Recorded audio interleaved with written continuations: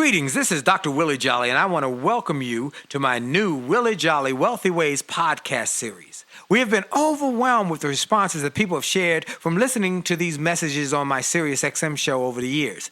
Those listeners, and they're sharing my show with their network, telling people about it, telling their family members, their friends, and their coworkers about this show and the impact it's having on their lives. That's the main reason that this show is now #1 for self-help in America, and I'm very grateful. Yet, we realize that many people do not have satellite radio, and therefore could not experience for themselves the message. They could not get it for themselves. So we are now sharing these messages with everyone via this new podcast. Enjoy it and share it with your network.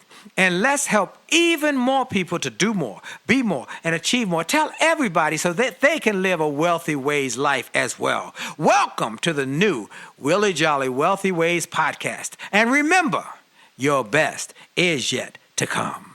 Standing 5 speakers in the world. Inducted into the Speaker Hall of Fame. Award-winning singer. Best-selling author. And now, here's Willie Jolley.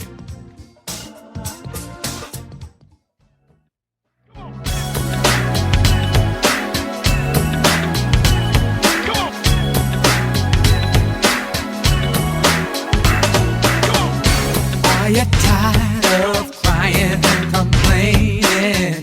Tired of feeling like life don't treat you fair? Do you see so many others moving on while you're steady going nowhere? Have you maybe come to the conclusion that there's nothing at all that you can do?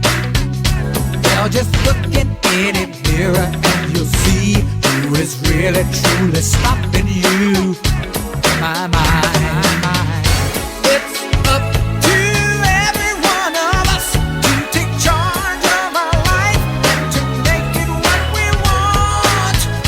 If you think that it takes too much time, think again, 'cause I'm telling you it don't. The fact is, it only takes a minute to make up your mind that now is your time to make your run. It only takes a minute, 60 seconds to begin to decide to win. Just get it on. Just get it on. And we're getting it on here across America from coast to coast, border to border, in every state in this great union of ours. I am grateful to be broadcasting. Hope you are excited as I am about today's show and about life. You know, every day you wake up without a chalk outline around your body is a great day. Every day you have another shot to slay some dragons is a great day. So now is a great day and a great time to be alive. I know there are challenges. I know the economic downturn and all the problems in the marketplace. But let me tell you something.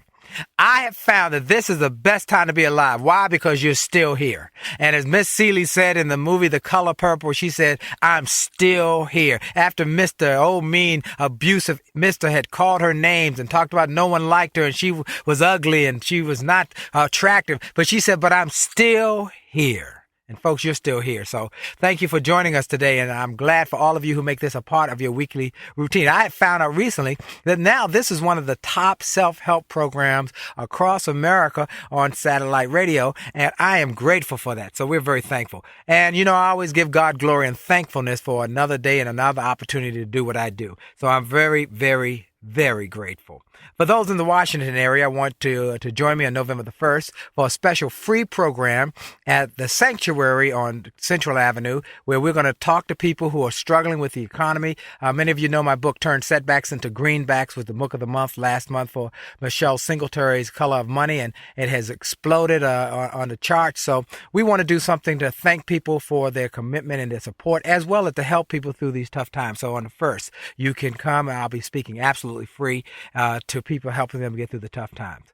And to go to the website, williejolly.com for more information. Well, I want to jump right into today's interview. I'll talk more about the other things that are going on later, but I've got to jump into it. This is an exciting opportunity for me to share with you someone who I have known from afar. I haven't known him well, but we're developing a friendship, and I hope we'll continue to develop that. He is the founder of FAME, F-A-M-E, basketball, long been regarded one of the top sports industry's leading figures and talent innovators for many years. He has represented the top players in the NBA, for many of them historical, and negotiated record-breaking contracts for his clients, both on and off the court.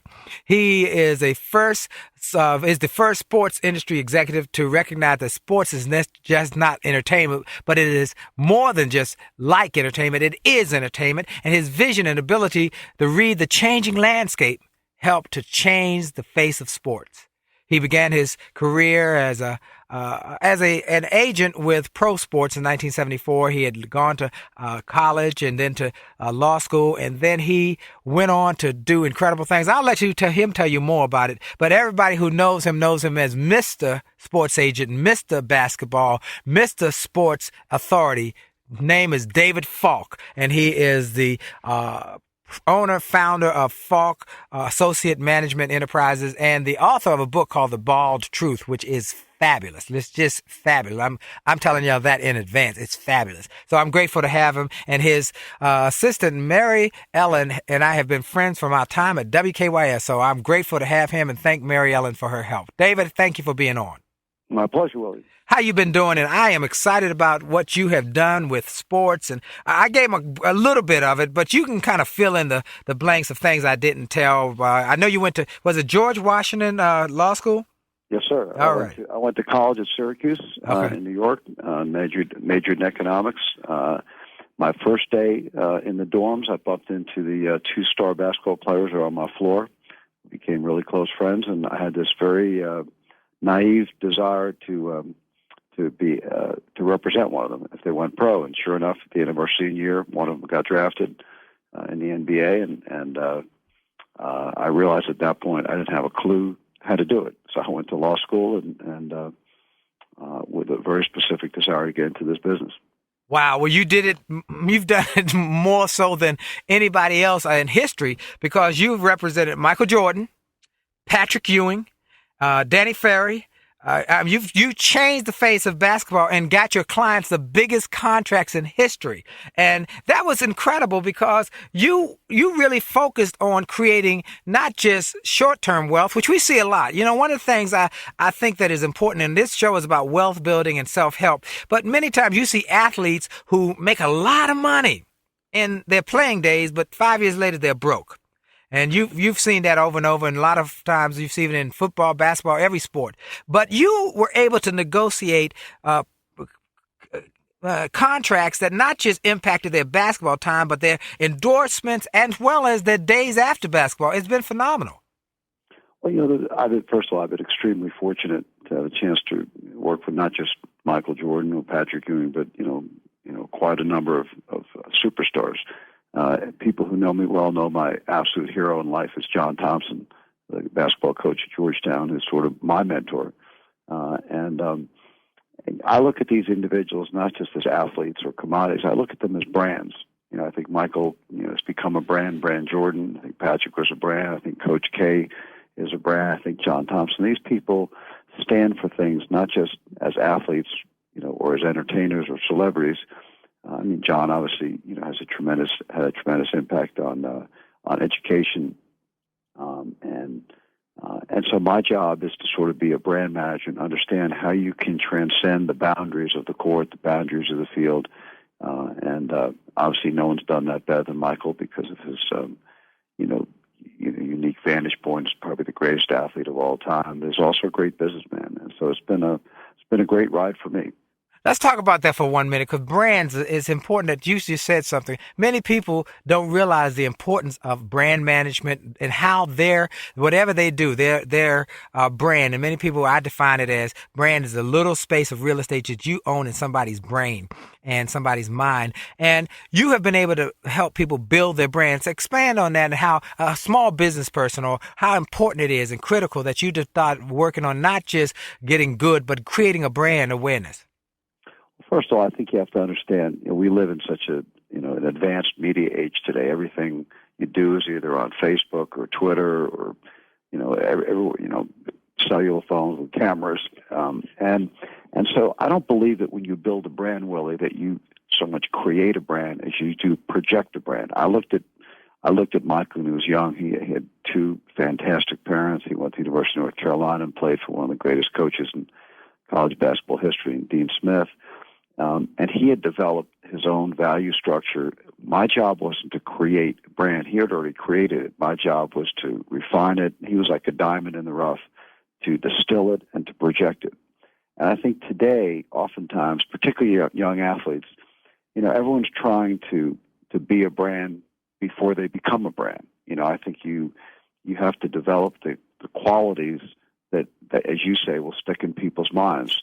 And I think people spend too much time trying to, instead of doing their job and letting their brand speak for itself. When you think of great brands in America, you think of Coca-Cola or McDonald's, Mercedes. Every brand stands for something. You think of quality. Mercedes stands for quality. In the old days, when you and I were youngsters, Cadillac stood for quality. You right. say something, the Cadillac of something, it meant it was the best. And I think those things are inherent in the individual. And I think the job of a brand manager, we're not creating a new product. We're talking about human beings. Your job is to understand what it is about an individual that makes them different and attractive to the general public. And how can you project those qualities in everything that they do on a consistent basis? I'll give you a great example. I'm a Shaq fan. I really like Shaq. When Shaq was a rookie, he did two great commercials. One was for Pepsi, where he reprised the famous Joe Green T-shirt, a jersey deal. We gave the jersey to the kid. And the other one he did for Reebok, where he sort of played like the Terminator. And from day one, I said, God, that's confusing. If you're a 7-year-old kid, you want to know, what is Shaq's image? Is he the gentle giant, like the Mean Joe Green commercial, or is he the Terminator? Either image would have been great, but they're directly contradictory. And I think it confuses what your brand is. Michael always was himself. When he made his movie Space Jam, what role did he play? He played Michael Jordan. He didn't play James Bond. He didn't play, Willie Mays. He played Michael Jordan. That's a role he knows how to play well. And so everything he did came across being genuine. I think a lot of the young athletes today are trying so hard to replicate some of the things that he did and some of the barriers he broke down that doesn't come across being genuine. Wow. Hold that thought, because we want to talk more about the Space Jam and the way you innovated with that brand and how helping others to innovate and create wealth in their lives by thinking different. You're listening to Willie Jolley. I got my special guest, David Falk, on, and for sure, the best is yet to come. If you need me, you can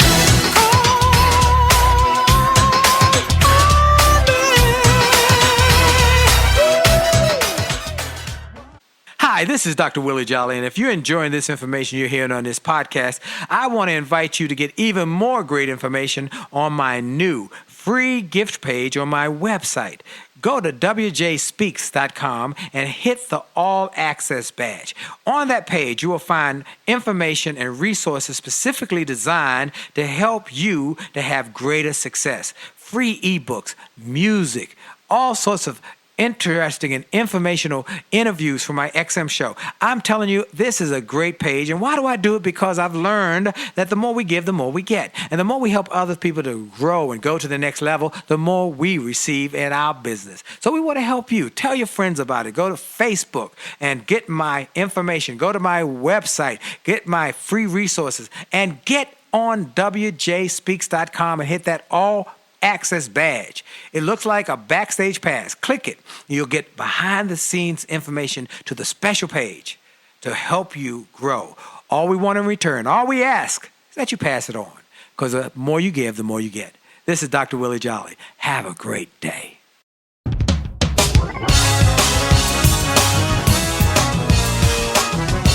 gotta have faith. Gotta have faith. Walk by faith. Talk by faith, move by faith, and live by faith. You gotta have faith. Keep the faith. Keep the faith. Keep the faith. Whoa, whoa, whoa. Woke up one morning, didn't know what to do. Had so much pressure on me. I cried, oh Lord, please help me through. He said, open the word and just read. I opened and found it was clear as can be that all things are possible of a mustard seed. There is nothing, no nothing you cannot achieve. No. Inspire your faith. Oh, oh, oh. As you believe, then you will receive. Oh.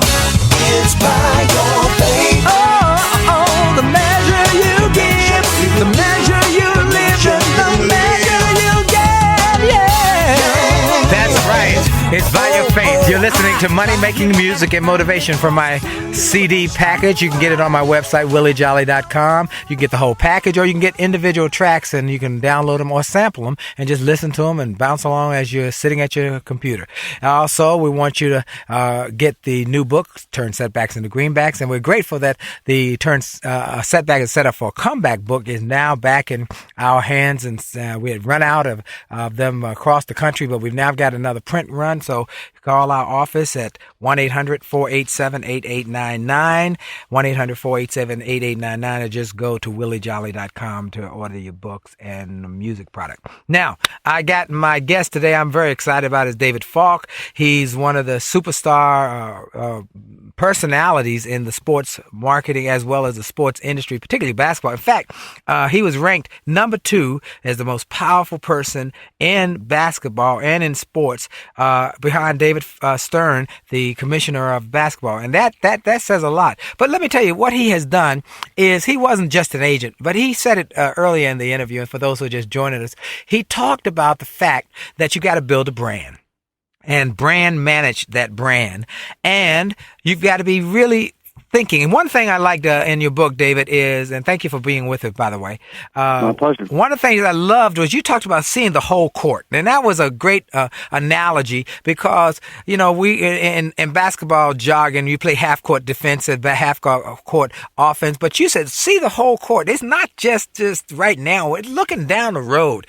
And you came with some innovative ideas to first negotiate incredible contracts for their playing time by not just talking about, well, here's their talent. I love what you said, you know, the general manager, the talented person can say, well, here's what their talent should pay them. But you said, no, that's not just, you can talk about talent. Let's talk about value. That was powerful. That was powerful. And I hope people will get this book and read through it because he gave pearls throughout. Value. What's your value to the customer, to the client?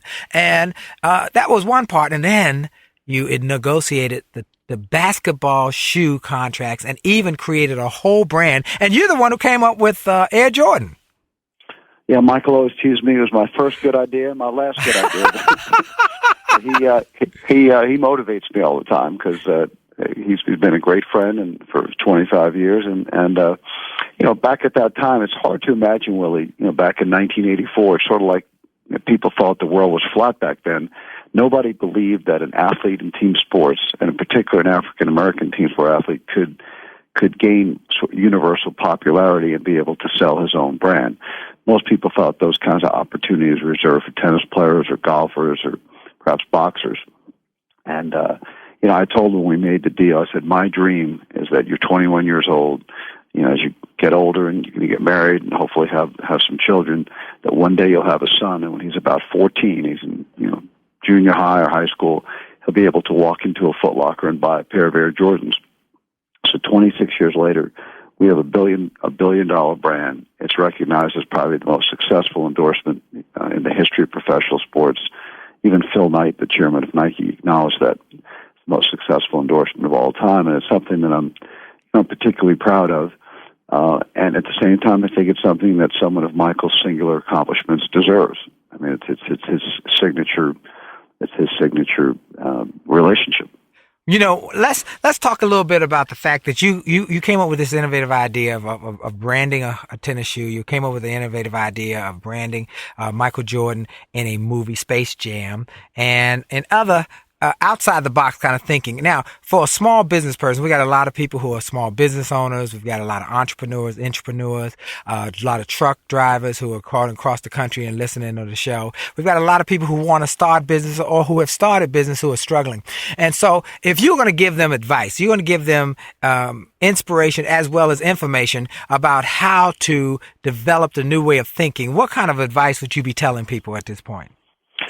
Well, it's interesting you asked that question. A lot of things you just mentioned, I did when I was younger. I drove trucks when I was in college in Ocean Hill, Brownsville, New York, and that's really, I think, how you meet the people who really are America. They're not corporate executives, a small slice of the pie.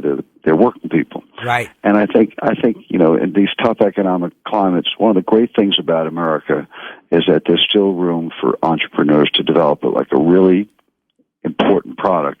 But could be something really normal. About 6-7 years ago, I read that an individual had invented a product to help you open up CDs. You buy a CD or DVD, and it's so damn hard to. That's open right. the thing up. Exactly right. You get your kitchen knife out, and you cut your finger, and you don't even want to listen to the damn thing. Right. And some guy invented a product that made a lot of money. And so I think you got to think what's. Bill Gates wrote a great book called The Road Ahead. What's ahead of us? What do we need? People developing green products. Obviously the housing industry is going through a difficult time.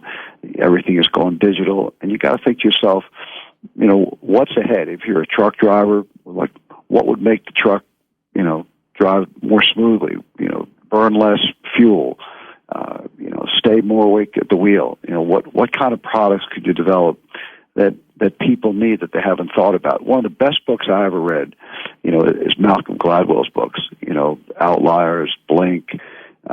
His books are amazing because he has these very simple observations about life that you sort of know, but you never really thought about or put your finger on. And I think for the audience, there's room for innovation. You don't have to be an engineer. You don't have to be a scientist. You don't have to go to medical school. There's room for everyday innovations that make our lives better and easier if you just really have the time to think about it. Wow. Well, as you look at how you innovated, and one of the things I want to talk about is innovating and creating more wealth, because it's important. I believe it's important to be wealthy. And I tell people that I think it's important to be wealthy because it gives you options in healthcare, it gives you options in housing, gives you options where your children will go to school, and it gives you options, so kind of options you have for life. That there's some things you might not want to do, but if you have some resources, you can start to do the things you want to do. But absolutely, the other thing I was going to say, the other thing I think that I believe for me, innovation is a mindset. I'm in a business. I've been doing the same thing for 36 years. And I got to the point after maybe 5 or 6 years in the business, and I thought to myself, if you continue to negotiate contracts with basketball or football players, you become really good at it. And I don't mean this in any way to be disparaging to the profession. It's like being a plumber. Right. You have a problem at your drain, you call a plumber, and you call a master craftsman plumber. He's the best. He's going to fix your drain. I didn't want to fix drains. I wanted to design drains. I got to the point in my career I didn't want to do a mechanical kind of a mechanical process. I wanted to be an artist. I wanted to try to create new things that hadn't been done before, because I was always afraid I was going to get bored, that I'd become really good at doing something, but it would become second nature, and I wouldn't put the passion into it. And I think to really be good at anything in life, I mean anything, whether you're an athlete, an entertainer, a truck driver, a carpenter, I don't care what you're doing, a policeman, I think to be great at your job, you really have to have a passion for what you obviously have a passion. You can hear it in your voice for what you do. And so that was my mindset. I decided when I was fairly young that I wanted to be able to innovate new things so I could keep my mind fresh and challenged. Wow. Well, you've done that incredibly, and you've built an incredible business. And over the years, you've also invested in Marquise Jet. I thought that was profound in the book. You've also been a guest lecturer. You've been a person who found opportunities. You were part of the team that helped New Urban Entertainment. And that was part of the reason that you were continuing to innovate as a sports agent, to say it's bigger than this. Am I right? Absolutely. And I think, I say this unabashedly. I think people like Michael Jordan and Patrick and Coach Thompson, they gave me the ability to spread my wings and try new things. They had such great platforms, and they had confidence in me, and they allowed me to try to find new areas that they could participate in. And for that, I'm extremely grateful, as you sort of said at the beginning of your show.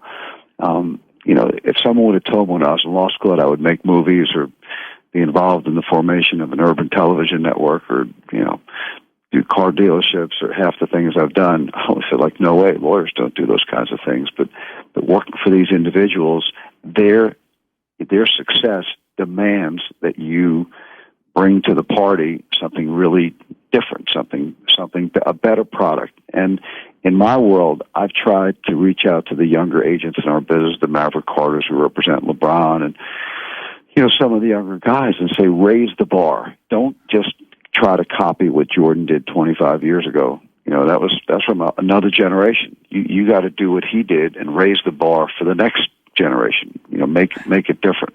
Wow. And that's what I'm waiting for. I'm waiting for one of these young guys, that represents these individuals to really do it better, to do it different. I'm rooting for them. Amen. Amen. I love that. Hold that thought, David. We're going to be right back. We've got more to come. You're listening to Willie Jolley across America. And I'm saying to everybody, for sure, the best is yet to come. I always kept my dreams on the ground. Life had enough ups and downs.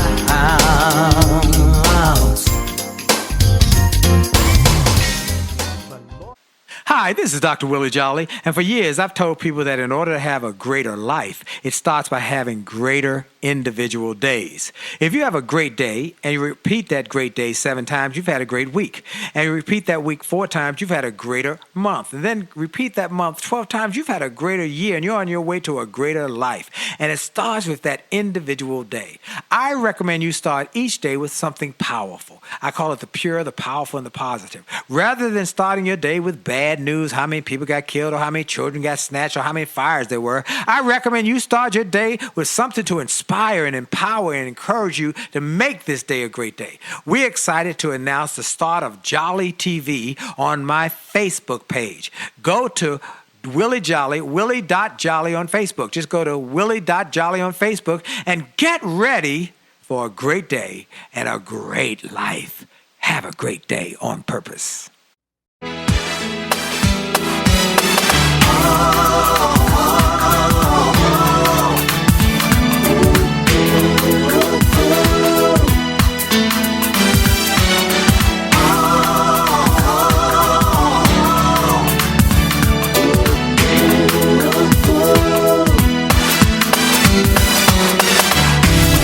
Yourself what the future holds for you. Headline news got you scared. Like everyone else, you want peace and happiness. But is there any chance of finding it out there? How can you forget the one true thing in all this confusion? What you desire is already guaranteed. Promised by our Maker to all who believe. Sky is the limit. Ooh, take you as far as you wanna go. Far as you wanna go. Put your heart in it. Put your heart in it. It shows it's time to let it show. It's time to let it show. It's time to let it show. The sky is the limit. Your thinking determines your success. Think small, that's what you'll get. Think big, and you'll start to see incredible things. Henry Ford said, if you think you can, or you think you can't, either way, you're right. And so I'm grateful to have a guest today who's a big thinker, and I want to tell you about his book, but I also want to encourage everybody, if you're in Washington, D.C., remember every morning to get your thinking going and getting your day started, turn on Channel 9, WUSA 9, about 6:35, so you can see my Live Better with Willie Jolley segment Monday through Friday. And if you're already in your car, you can hear me on WHUR at about 5:50. I am very excited to say it's now moving into more markets across the country, starting this week coming up. It's starting in Columbia, South Carolina, on the Gannett station there. And so I want you to turn that on every morning so you can hear my message right there in Columbia, South Carolina. And we're hoping that we're going to get it in every major market in the next few months so that we can have an impact on people's thinking as they start their day. My guest is David Falk, super agent, super innovator. And one of the things that I was so taken by in this book. And by the way, before I go too far, David, please tell people where they can get this book. Well, yeah, I hope it's still in print. We printed about 40,000 copies. It's printed by Simon & Schuster, and it's called The Bald Truth, like my head. and hopefully it's still at Borders and some of the major bookstores. But if not, they could certainly go on SimonandSchuster.com, and I'm sure that they'll find it. If they have any questions, just tell them to call Mary Ellen. She runs my life, and she'll track it down for them. She's fantastic, by the way. Give her my love. She's fantastic. Now, you said something in the book, and I wanted to focus on this because one of the secrets to success is how you negotiate the deal. Now, everybody must learn to negotiate.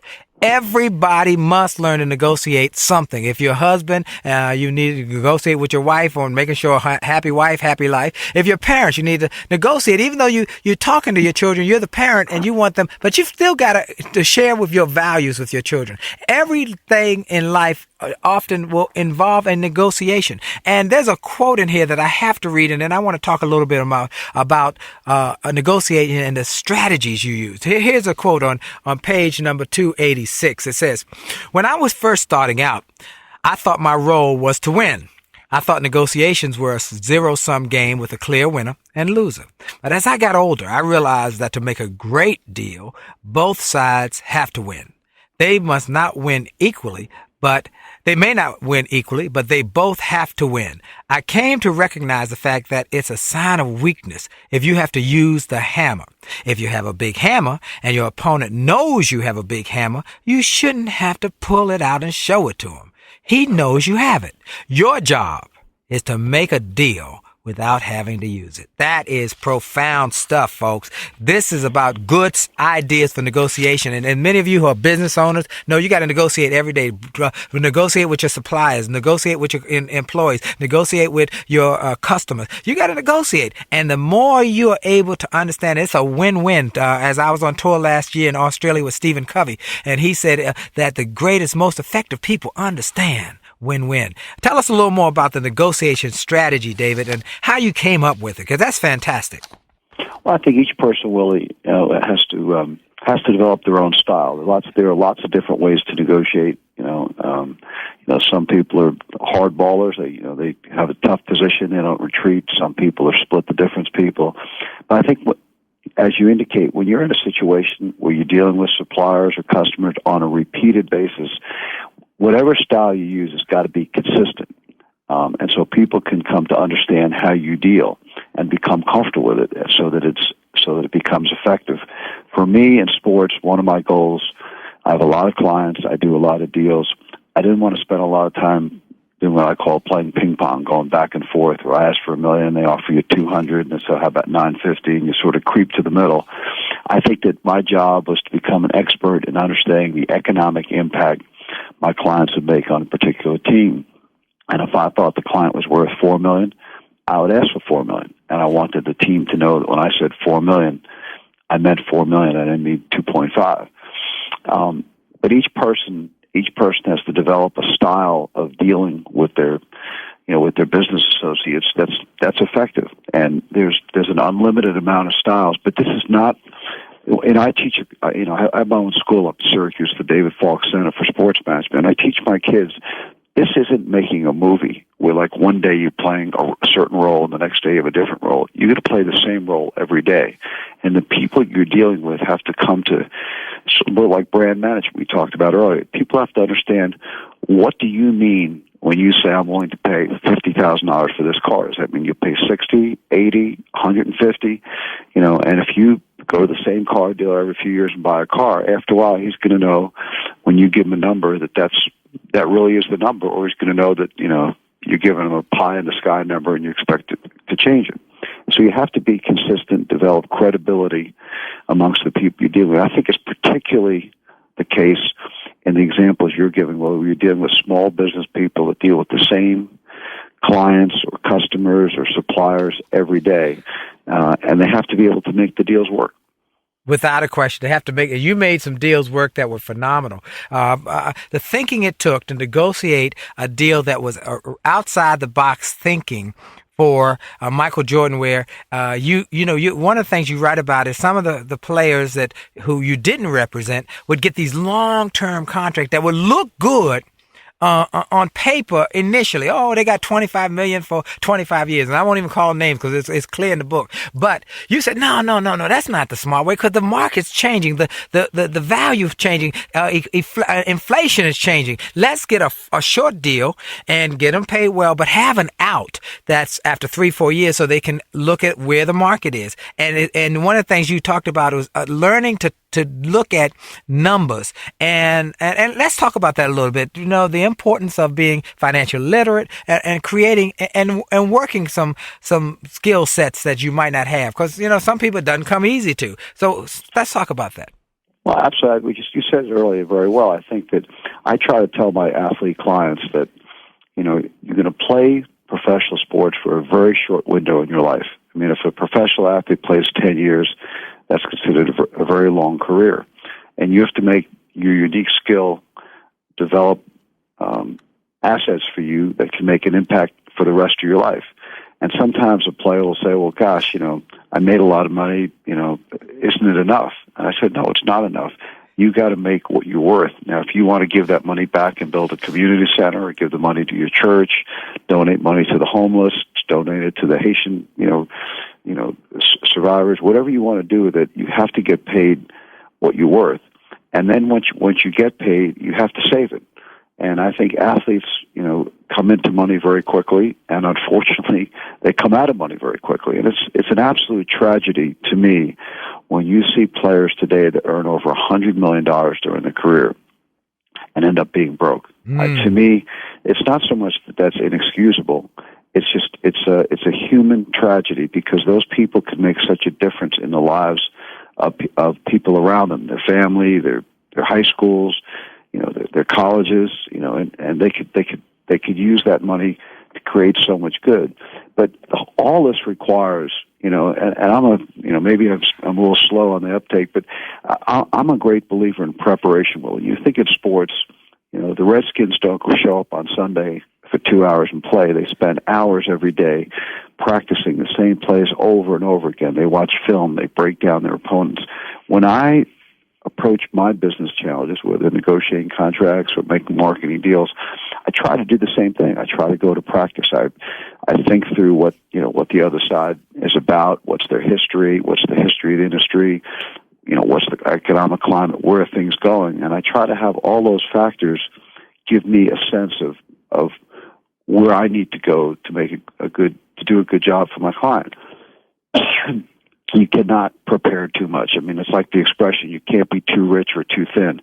You cannot prepare too much in business for important transactions, for important negotiations. And as long as I've been doing this, and as confident as I am in my ability to do a good job, I approach each one individually. I make notes to myself. I write down ideas, and I try to do each one a little bit better than the last one. I try to build on my previous success. And I think that's what, for the audience, no matter what kind of deal you're making, whether you're building a store or you're doing anything, a supply deal, you're having a sale for your customers, you got to really think it through and figure out what does it take to make it work. It's never been more important than the climate we live in today, which is very, very difficult. Unemployment is very high, probably around 20%. There's never been more people below the poverty line than there are today. And so your ability to take the resources you have and make them work for you, it's never been more crucial than it is today. And while it's nice to be innovative and it's nice to be forward-thinking, those are all great qualities. I think just sheer preparation and hard work for the task ahead are critical components of success. Wow, hold that thought, and we'll be right back with David Falk. You're listening to Willie Jolley on the Willie Jolley Show across America. For sure, the best is yet to come. What good is a friend if it cannot depend on them? Hi, this is Dr. Willie Jolley, and people often ask, how did I go from a broke, busted nightclub singer to become a best-selling author and to be voted one of the outstanding 5 speakers in the world by the 175,000 members of Toastmasters International? The answer is that I decided to invest and change my thinking, invest in my mindset, and decided to change my inputs because inputs determine outputs. I heard about a seminar years ago when I was just getting started. I was making about $100 a speech. And I heard this seminar that was creating millionaires, and it cost $10,000, but the guy was getting results. I didn't have that kind of money, but I decided to borrow it because I learned that there's a price for success, the price of college, the price of going to school, the price of education. And there's a price for success, and then there's a cost for not paying the price, the cost of staying the same. And that cost is greater than the price. It's too expensive. And so I went, and it changed my life. And I came back and quickly made $100,000. I heard a similar story from Dr. Dave Martin, how he went to a success rally, heard a speaker who inspired him. He and his friend said, wow, that's changed my life. The speaker had a package of materials to help build wealth. The package cost $1,500. And that was all the money Dr. Dave had to his name. Dr. Dave's friend asked, do you think this stuff is worth it? Dr. Dave thought for a moment. He said, I don't know. I don't know if it's worth it. But I do know that I'm worth it. I'm worth it. He invested that money in that package and used the materials to grow his thinking. He grew his mindset. He shared how that $1,500 investment has gone on to generate millions in revenues. He's a multimillionaire. And he has homes now in Arizona and Florida. I want to say to you, it's time to invest in you. I want to give you some materials that will help you, grow your mindset, grow your future, grow your finances. Go to wjspeaks.com/billionaire. wjspeaks.com/billionaire to get some materials that will inspire your success and help you find that there's a price for success, but there's a cost for not paying the price. And the cost is always greater than the price. Go to wjspeaks.com/billionaire and get the bag, the box, or any of the materials there and keep growing your wealth. And remember, as a man thinketh, so as he is, and your best is yet to come. If you believe. You got to believe, folks. You got to believe. You got to believe. You got to believe. You got to believe. You know, I say that all the time, folks. As you believe, so shall you achieve. You got to believe in your possibilities, your dreams, believe in yourself. Believe that things are possible and that the best is yet to come. If you have that kind of optimism, that kind of mindset, you will see opportunities that other people don't see. So I want you to work on your belief systems. My guest, David Falk, the author of the book, The Bald Truth, and we both had the same haircut, and I'm very grateful of that same haircut. That barber is really good. And this book is called Secrets of Success from the Locker Room to the Boardroom, and it's endorsed by Michael Jordan, John Thompson, David Halberstam. Just person after person talk about David Falk and the impact he's had on the sports industry and how he, here's one of the things, David, thank you for being on again. My pleasure. You struggled. You said it earlier. You drove trucks. You struggled throughout the book. You talked about you did not come with a silver spoon in your mouth. You struggled through college. You had to pay and work hard to get through college. You then had to go to the GW Law School, and you struggled through there financially. You had to pay your bills. No one came and gave you all of it. And you struggled as a new agent working when you're first in 1974 for ProServe. You were working 100 hours a week. Yeah, I wasn't making money. And no money. A lot of money. That's right. You said it, working hard, very little money, and so you kept thinking about the fact that I got to believe in myself, and I'm not giving up, even in tough times, didn't you? Absolutely. I was. When I look back, I think I was. I'm a very goal-oriented person, and so when I was in high school, I knew I wanted to go to college. When I was in college, I knew I wanted to go to law school. When I was in law school, I knew I wanted to get into this industry.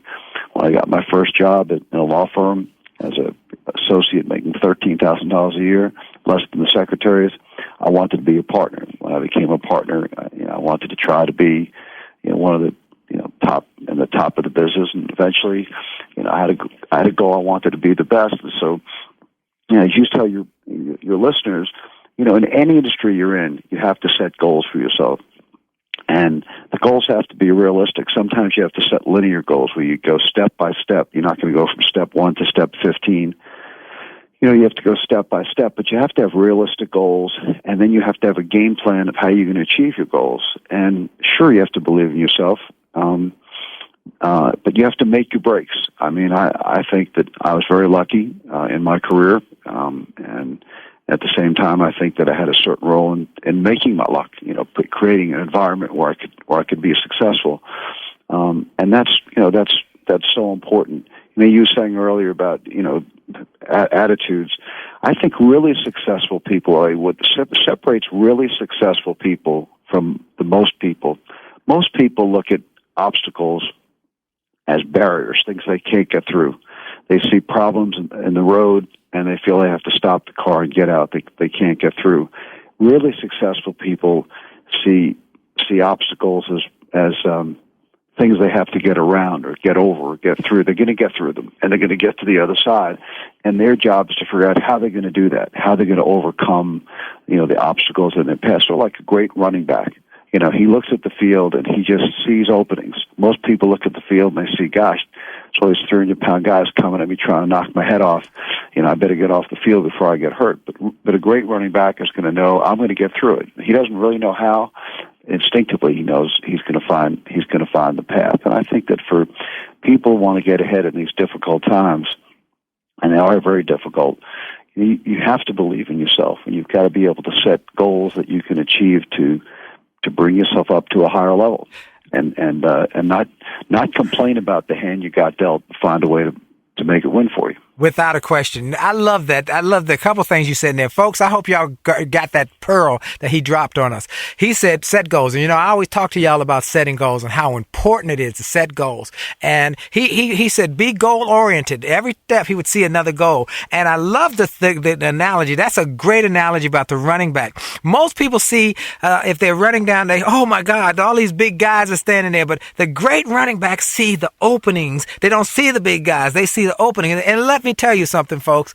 David Falk has shown you that you can struggle through life. It might be a struggle, but you've got to keep thinking about the possibilities and keep setting goals and keep working hard. One thing I read in the book that I was very impressed with and inspired by, and I'm telling you, David, this book is impacting me because of preparation.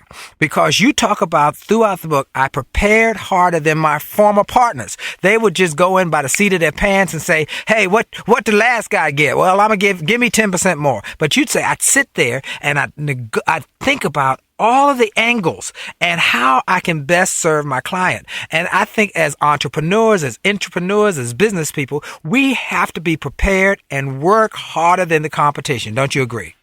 Absolutely. And I think, as I said, you mentioned earlier, think about this. When I was a kid, if someone would have told me when I was 15 years old that I'd walk into a 7-Eleven and spend $4.50 for a bottle of water, I would have said, hey, you get ready to go to crack rehab. I ain't going to spend money buy a bottle of water. I could pick it open up my tap and have a bottle of water. And, or someone would have said to you, hey, you could drive up, instead of having a cash check at the bank, you could drive up to this machine and stick a plastic card in, and get $20, to go to the movies. I said, yeah, sure, on Mars. And so you think that of common things today in our society that were unheard of when I was growing up. You have to believe that these things exist. Why is a bottle of water worth $5? It's worth $5 when you go to 7-Eleven, but if all of a sudden we had a water shortage or you're out in a drought somewhere in L.A. and they have turn off the water, that bottle of water might be worth $20. That's right. And same bottle of water. Yep. And so things take on different values depending on the surrounding circumstances. And I think smart business people figure out a way to make that work. I had a friend named Bijan, who's a famous designer, and he had 2 stores, one on Rodeo Drive in Beverly Hills and one at the St. Regis, New York. And his stuff was really expensive. You couldn't just walk into the store, Willie. You had to get an appointment to shop at the store. Wow. And he averaged 2 people a day, and the stuff was ungodly expensive. And one day I said to him, you are an amazing marketer, but if I could give you one suggestion. And he said, what's that? I said, I'd double the price of everything I had. And he said, why? I said, because the people that buy your stuff, they want to complain to their friends. You know how much money I paid for this tie? $1,500. You could get it in, in May Company for like $35. I paid $1,500.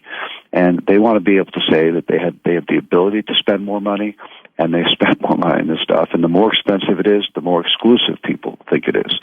And when you're up at that end of the luxury curve where people can afford, big kinds of dollars, he was a brilliant marketer because he made the ambiance of his store, shopping there a real special experience. I'm not sure the clothes were dramatically different than some other top designers, but he just had a great way to market it. And that's what people have to think about. How do you make your product different? That's the one thing. I know we got to jump off in in just a couple minutes, but marketing, that's the other thing you've become a pro at, is marketing. Just give people a couple marketing tips, and then I'm going to let you go because I know you got another interview, but please share a couple marketing tips for people who are growing their business. I think more than anything else, we live in a highly competitive environment, where people are selling, same types of products as you are, whether it's body washes, mouthwash, toothpaste, soap, soft drinks, water. I mean, how many different kinds of water? Vitamin water, Smart water, Deer Park water, Poland Spring water, Evian. There's a million different kinds of waters. And to sell those products, which are basically identical, you have to have good packaging. How does it look? Where you put it on the shelf? Who do you get to advertise your product? When you have Michael Jordan drinking Gatorade, turns Gatorade, into a different kind of a product because his credibility attaches to it. And so how you separate yourself, how you differentiate your product from your competitors is the whole ballgame, especially in an environment that is competitive as ours. If you got a really good jingle or a good slogan, I'll tell you a great story. When I moved into my first house in Bethesda, Maryland in 1976, I looked up all the big moving companies, Pilgrim, Mayflower, and then I hired a guy from Anacostia, Willie. His name was Justin Helms, because I loved the motto on his truck. Most of these companies had 400 trucks, and they were big. Justin had one truck. He had 4 guys. I think they were all ex-cons working for him. But the motto on his truck said, "You've tried the rest, now try the best." And I hired him just for the motto on his truck. Wow.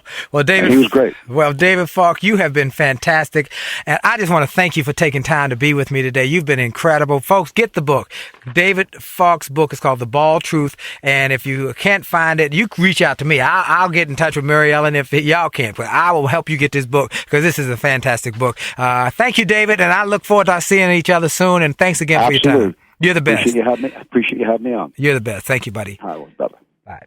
Folks, what a great interview today. David Falk, The Bald Truth. I'm telling you, this has been an incredible book, and he's off the line. I can say this to you. This is some good stuff in there about how to build your business and how to build your brand and how to negotiate and think differently. So I've learned a lot about this, and we're going to help people to grow their business. We want you to be successful. We want you to succeed at the highest levels. So stay tuned, because we've got more to come. We're going to help you grow some more. We got another guest that's going to help you to be more successful and more prosperous. You're listening to Willie Jolley, and I want you to go to williejolly.com. Make sure you sign on my newsletter. In fact, everybody who sends me an email at info@williejolly.com or just goes to my website, williejolly.com, and says, I want the free download, multiple streams of income, I'm going to send it to you, my gift to you, absolutely free. And that's something we charge other folks for over the years, and I want to send it to you, multiple streams of income. Go to my website and say, I want the free gift. You're listening to the Willie Jolley Show. The best is yet to come. Afraid of flying, I always kept my dreams on the ground. Life had enough ups and downs, but Lord, since I met you, This podcast is a part of the C-Suite Radio Network. For more top business podcasts, visit c-suiteradio.com.